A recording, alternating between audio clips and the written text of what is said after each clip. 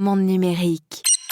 C'est très dynamique en ce moment en Chine. Par exemple, Alibaba a lancé des lunettes qui s'appellent AI Quark. En utilisant cette lunette, juste en un mouvement d'œil, vous allez pouvoir payer.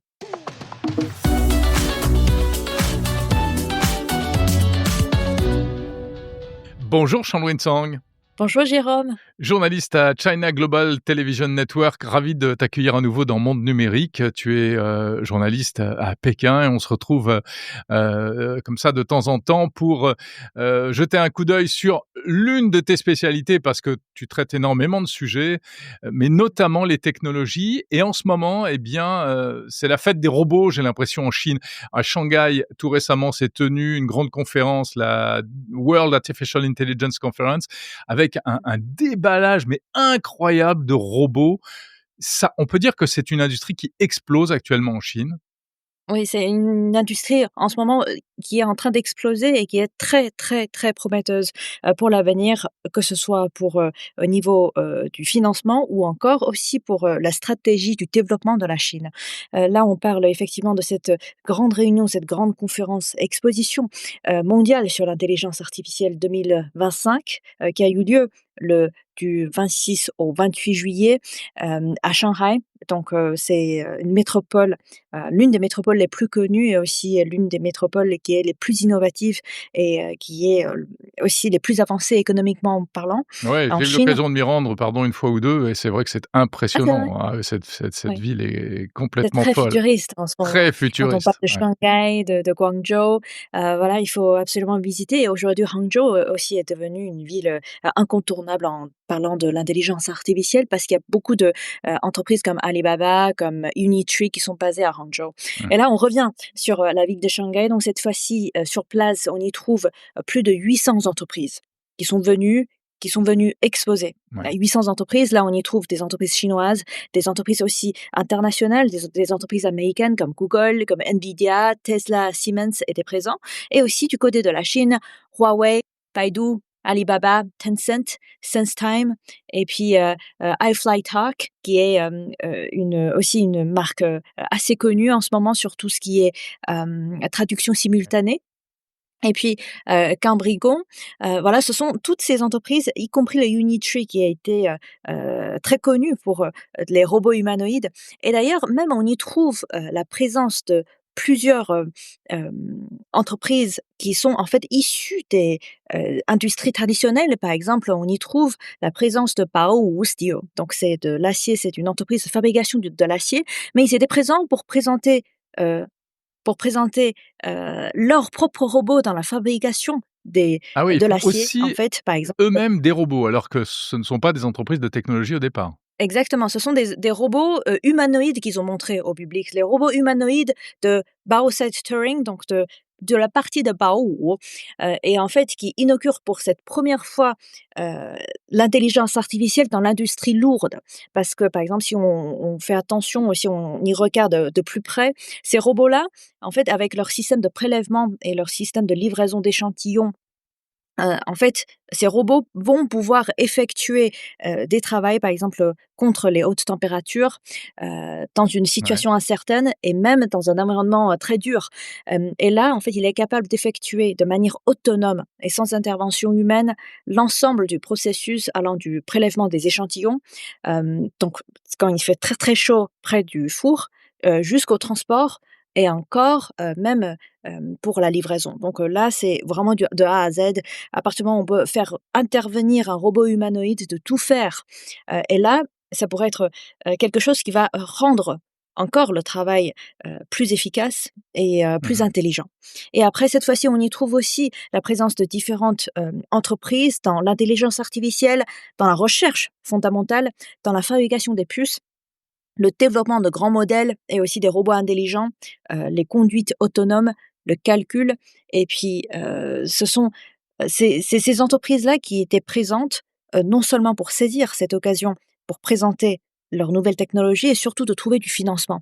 Donc là, juste avant cet entretien, j'ai cherché un peu sur les réseaux sociaux l'ambiance et surtout l'ambiance sur les réseaux sociaux envers l'intelligence artificielle. Il y a beaucoup d'internautes qui ont partagé cette joie et cette sympathie de voir que, tiens, on y trouve de l'air Ouais, il y a un tellement dynamisme, il y a un prometteur optimisme et par rapport à ça. exactement, parce que vous avez d'un côté les ingénieurs qui étaient présents, de l'autre côté des investisseurs qui viennent sur place pour, identifier de nouveaux projets et puis vous avez aussi des agents qui font le lien, qui font le pont entre les investisseurs et puis, ces, créateurs, ces ingénieurs. Donc c'est très dynamique en ce Mmh. moment en Chine. Donc je pense que, là, c'est quelque chose qui a donné un coup de pouce et même qui a donné beaucoup de plus de confiance à l'économie chinoise sur ce point-là et d'autant plus que si on regarde les dernières technologies qui ont été révélées durant ce forum, durant, cette grande conférence, par exemple, on y trouve, plusieurs entreprises, qui ont, pour la première fois, montré l'intelligence artificielle et d'ailleurs comment utiliser ces intelligences artificielles dans la vie au quotidien des gens. Comment aujourd'hui intégrer un robot humanoïde à côté d'un enfant, qu'ils puissent, faire de la calligraphie ensemble ou qu'ils puissent jouer au curling ensemble ou encore, par exemple, dans la maturité des technologies multimodales. C'est-à-dire, il y a une fusion entre, de différents types de données, heu, comment incorporer le texte, l'image et le son, le côté audio en un Mmh. clic ou encore, en fait, commencer à imaginer de différentes situations en incorporant les robots humanoïdes dans la vie Mmh. quotidienne des gens. Et d'ailleurs, beaucoup de personnes, quand on parle de l'intelligence artificielle, on pense souvent à tout ce qui est les robots humanoïdes, mais en effet, il y a aussi les possibilités, par exemple, de faire venir l'intelligence artificielle dans la consommation. Par exemple, Alibaba, il a utilisé aussi cette occasion à lancer des lunettes qui s'appellent AI Quark. En fait, c'était intégré de manière profonde à l'écosystème Alipay. Donc, Alipay, c'est une Mmh. application de paiement. C'est comme vous avez un wallet electronic wallet, vous avez, un Portefeuille électronique, porte-monnaie ouais. électrique, vous mettez et là, vous mettez de l'argent dedans et puis vous pouvez payer avec et même vous avez aussi utilisé des services, d'investissement à côté. Comme ça, vous mettez un peu d'argent à côté et là, il va pouvoir, vous donner, pour un taux de je pense qu'aujourd'hui, c'est à peu près à 2 pour ce Ah taux ouais, d'intérêt. d'accord. Hem, ouais, donc c'est quand même très avantageux. Ça, c'est pour encourager l'adoption, des paiements numériques et cetera? Non seulement ça, mais c'est aujourd'hui avec les fonctionnalités telles que les navigations en vision proche, par, Gaode, par une application. En fait, c'est comment créer un écosystème avec l'intelligence Mmh. artificielle. C'est-à-dire, hem, en utilisant cette lunette qui a été lancée par Alipay, juste en un mouvement d'œil, vous allez pouvoir payer. Ah, il faut pas se tromper, hein? Exactement, donc c'est Ah quelque oui. chose qui va vous encourager à payer, facilement et puis encore par exemple, l'intégrer opération à grande échelle dans la conduite autonome, de aussi comment utiliser l'intelligence artificielle dans la conduite, dans les taxis et moi, j'ai déjà moi-même, il y a un mois, d'aller essayer, hem le taxi qui s'appelle Apollo Go, dans le sud de Beijing Ouais. et là, en fait, c'est vraiment la conduite autonome. Vous montez dans une voiture avec votre portable, vous scannez le QR code. Une fois que vous le scannez et puis vous attendez pendant 1 minute et le taxi arrive, vous faites la voilà, donc là, à ce moment-là, vous aurez déjà fait la réservation Mmh. et puis, ils vont comprendre que vous êtes là et là, vous allez vous appuyez sur un bouton et puis, bah, le porte la porte, il s'ouvre tout seul.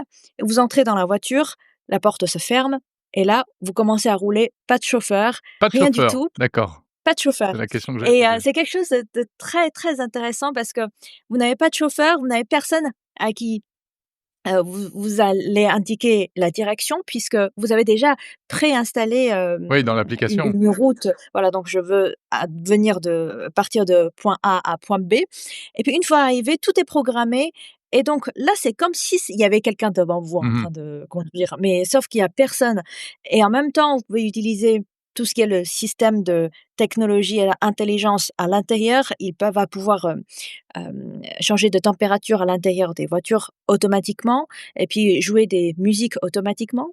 Donc c'est quelque chose qui est très futuriste, je pense. Ouais, Shanui, il y en a beaucoup de ces robots? Parce que alors, vu de France, on parle beaucoup, de ce qui se fait aux États-Unis et pas assez souvent et pas beaucoup, de Chine. Est-ce qu'il y en a beaucoup ou c'est encore expérimental? c'est en train d'expérimenter déjà. Par exemple, je parle de cette entreprise Apolloco qui fait partie de Ouais, Baidu. En fait, en ce moment, ils ont déjà leurs services disponibles à Beijing et à Wuhan, dans la province du Hubei, donc la préfecture qui est Wuhan. Alors à Beijing, en ce moment, c'est surtout concentré dans le district de Yizhuang, dans le sud de Beijing. C'est plutôt comme un parc d'accord. industriel où il y a pas beaucoup, Ouais, beaucoup, beaucoup c'est de ça. circulation. Mais par contre, à Wuhan, il y a beaucoup de circulation. En fait, ce qu'il faut, c'est que ces entreprises-là, ils tissent une coopération avec, la mairie locale, avec tout le département de transport local pour, en fait, avoir l'information des données, par exemple des feux verts, des feux rouges, comment éviter de Ouais, différentes voitures. Et donc en fait, il faudrait qu'ils connaissent bien, la situation sur place et après aussi au fur et à mesure de, s'adapter à une situation où il y a beaucoup de circulation. Donc qu'est-ce qui va se passer quand il y a des bouchons, partout? Comment éviter des gens? Donc là, ce sont encore quelque chose peut-être encore à généraliser, mais pour le moment, on voit déjà que ça ouais, ça fonctionne marche très, bien? très bien Mmh. dans le sud de Beijing et à Wuhan où il y a beaucoup de circulation, hein, en ce moment, ça marche sur D'accord. place. Donc c'est quelques signes très encourageants. Et c'est bien accepté par la population? Les gens l'utilisent, Les gens utilisent et à vrai dire, en fait, c'est même beaucoup moins cher que si j'appelle Ah oui, un taxi normal avec un chauffeur. J'ai essayé pour une route de à peu près, 15 minutes, avec, ces voitures, électriques autonomes, donc ouais, sans chauffeur. Je crois que j'ai dû payer 2 €. Alors que d'accord. d'habitude, je paye, Ouais. 3 € ou 4 €. Donc voilà. Et Ça fait puis déjà pas très cher, hein, ça fait rêver. Vu de chez nous, il pour faut venir, une course à 3 €, non, en France, dans un taxi, en 3 €, on est assis, mais le taxi n'a pas encore démarré, hein. eh bien, vous imaginez en plus, vous entrez dans un taxi sans chauffeur et d'ailleurs vous avez des sièges qui vous faites aussi des massages. Donc les Ah sièges ouais, auto-chauffants avec du massage, musique automatique et puis vous avez aussi une petite caméra en fait, qui filme tout ce qui se passe à l'intérieur, ouais, de bien la sûr. voiture pour que quand même les gens puissent avoir le contrôle, les ingénieurs, derrière pour garder la sécurité. Évidemment. Alors, je reviens un instant sur cette conférence-là de Shanghai, la World Artificial Intelligence Conference. Évidemment, donc, comme tu l'as dit, c'était vraiment le déballage, la vitrine de ce qui se fait de mieux, avec des choses un peu spectaculaires. Donc il y avait des robots qui se bagarraient, il y avait des compétitions de kickboxing de robots, mais des robots télécommandés, il faut le préciser. Ils sont pas encore tous 100 autonomes. Est-ce qu'il y avait d'autres choses un peu spectaculaires? Est-ce que et puis là, on vient de parler des taxis. Tu as vu passer d'autres choses un peu étonnantes? D'autres choses étonnantes, je pense que c'était aussi, de laisser des champs d'imagination de comment, toutes ces intelligences artificielles à pouvoir en fait, incorporer dans notre vie au Mmh. quotidien.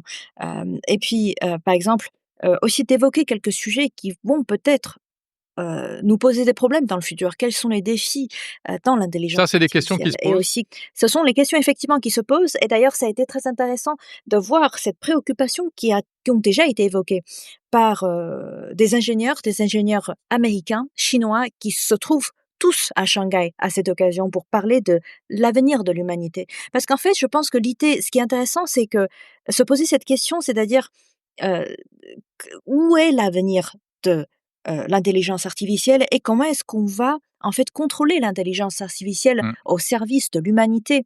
Moi, j'étais, très récemment aussi, participé dans l'animation d'un événement organisé par, ABU, donc, Asia Broadcasting Union, sur, aussi pour cette première édition de l'intelligence artificielle avec le média. Donc à partir du moment où vous avez cette technologie qui est partout dans notre vie au quotidien, dans les médias, dans notre travail, dans le sport, dans l'industrie, pharmaceutique et donc comme ça, comment garder la sécurité et puis de comment, contrôler ce tigre qui est l'intelligence artificielle. Donc je pense qu'aujourd'hui, tout le monde se pose cette question, c'est que comment faire, utiliser l'intelligence artificielle pour que ça nous aide mieux et tout en gardant notre propre sécurité. Et c'est-à-dire, si on je prends cette métaphore de Hinton, donc grand maître de l'intelligence artificielle américain, en fait, Ouais, Geoffrey Hinton, ouais. Geoffrey Hinton, il a parlé de l'intelligence artificielle comme c'était un petit tigre.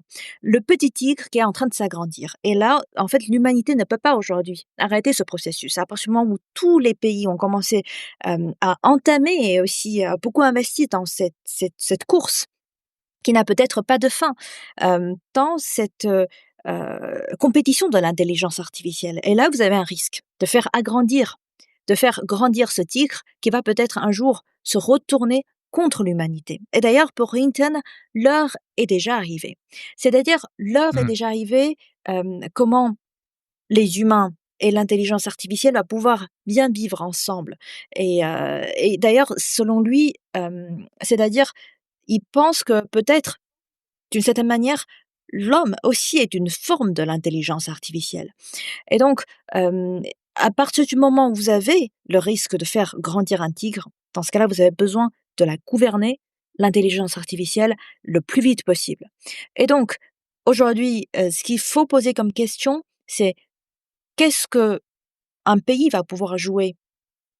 Quel rôle ce pays va pouvoir jouer pour mieux Mmh. gouverner, pour mieux dompter l'intelligence artificielle qui est un tigre devant nous, mignon, mais peut-être mortel, et peut-être, selon Hinton, sûrement mortel. Et donc, selon lui, il n'y a que deux choix. Soit l'entraîner à ne pas vous tuer, soit le relâcher dans la nature, mais en fait, il n'est plus possible d'éliminer l'intelligence artificielle aujourd'hui, même si un pays l'interdit, eh bien, d'autres pays vont continuer à développer Bien sûr. l'intelligence artificielle. Donc, ce qui est plus grave, c'est que les domaines des attaques informatiques et aussi des armes mortelles et des fausses informations, c'est quelque chose qui est difficile aujourd'hui de pouvoir identifier et aussi, en fait, de difficile à contrôler.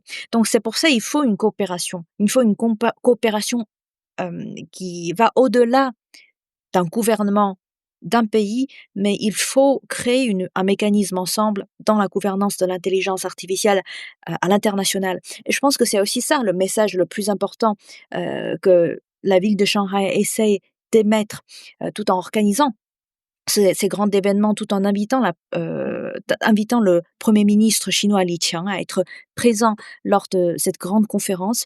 Et là, justement, quand on parle aussi le volet politique de l'intelligence artificielle, il faut aussi trouver le rôle de chaque pays, dans la gestion de l'intelligence artificielle. Et par exemple, la présence du premier ministre chinois Li Qiang, à cet événement, je pense que ça veut dire beaucoup de choses. Ça veut dire que du côté de la Chine, jusqu'au plus haut niveau, on y attache une grande importance dans la gestion de l'intelligence artificielle et surtout au rôle de la Chine dans le futur de l'intelligence artificielle. Parce qu'en fait, Ah aujourd'hui, oui, bien sûr. la Chine, Ça elle est forte de 1,4 milliard de personnes et aussi forte des données qui sont produites par 1,4 milliard de personnes. Je mmh. pense qu'elle a une très, très grande chance de, de connaître une très grande vitesse dans le développement de l'intelligence artificielle. Et ensuite, c'est-à-dire qu'est-ce qu'on va pouvoir faire? Qu'est-ce qu'on va pouvoir, heu, fournir un produit de haute qualité, sûr et fiable, non seulement aux Chinois, mais au reste du monde? Et aussi non seulement, aux, heu, à lambda, à notre, aux entreprises, par exemple, qui ont beaucoup d'argent, mais aussi aux pays du Sud, aux pays en voie de développement, aux gens qui ont vraiment besoin de ces technologies. Déjà, aujourd'hui, beaucoup d'entreprises chinoises est basées sur open source et ensuite, comment faire intervenir davantage de pays dans cette action de l'intelligence artificielle, plus leur vie au quotidien, plus leur travail, plus leur, environnement professionnel de tous les jours. Donc je pense que c'est ça aussi que le premier ministre chinois a essayé de mettre en valeur, lors de cette conférence. Cher Louis, cette volonté de régulation, en tout cas de collaboration internationale, c'est un message officiel aujourd'hui, de la Chine Exactement. qui dit, «Mettons-nous autour de la table en quelque sorte pour voir comment on va, gérer ce tigre». Oui, comment on va gérer ce tigre? C'est d'ailleurs lors de cette conférence que la Chine a émis, ce plan d'action dans la gestion de l'intelligence artificielle à l'échelle internationale. Là, j'ai relevé 4 points qui sont les plus importants. C'est le premier, c'est il faut, saisir l'opportunité, cette opportunité commune et que tout le monde, tous les, gouvernements et toutes les organisations internationales, des entreprises, des institutions académiques, et même les individus puissent participer dans ce grand développement, et pouvoir en fait identifier le potentiel de l'intelligence artificielle dans le développement économique et social, et bien sûr, de promouvoir le développement de l'intelligence artificielle tout en incorporant cette intelligence dans notre vie au quotidien. Et puis, 3e qui me marque le plus, je pense, c'est aussi, de faire en sorte de, créer un mécanisme de protection des données personnelles, surtout des données privées. Et puis aussi dans la construction de, ce réservoir d'informations, dans la protection des, informations privées et personnelles, comment éliminer la discrimination et comment éliminer les préjudices. Et puis, 3°, c'est de, trouver les moyens de gérer l'intelligence artificielle et sa sécurité ensemble. Par exemple, d'accroître l'investissement et de aussi, créer un mécanisme de partage d'informations à l'échelle internationale, pour que tous les pays puissent participer dans la protection des données personnelles. Et enfin, c'est encore une fois le côté, coopération internationale. Par exemple, si c'est possible d'organiser des formations dans le futur, à l'international, et de rendre, toutes ces informations et tous ces outils accessibles aux personnes démunies, surtout aux femmes et aux enfants. Donc je pense que c'est un grand moment, c'est aussi pour, marquer ce plan d'action qui est cette fois-ci promulgué par la Chine, mais invite tous les pays du monde à y participer. Et c'est quelque chose de très important de garder la sécurité de Mmh. toute l'humanité. Donc je pense que c'est ça le message clé que la Chine souhaiterait, émettre. Merci beaucoup, Shandui Chang de China Global Television Network à Pékin, en Chine. Merci pour cet éclairage passionnant parce que c'est super intéressant, évidemment, vu de France, d'avoir ce regard directement depuis la Chine. Et puis, je précise qu'on peut te suivre hein, sur les réseaux sociaux, en français notamment, principalement sur le réseau X, où tu es présente à la fois en vidéo. Aussi sur YouTube et aussi sur Facebook et sur Instagram, et là où je partage, des informations en lien avec la Chine, toutes sortes d'informations, et Et sur des tas d'actualités différentes, effectivement. Merci beaucoup. merci pour l'invitation, Jérôme.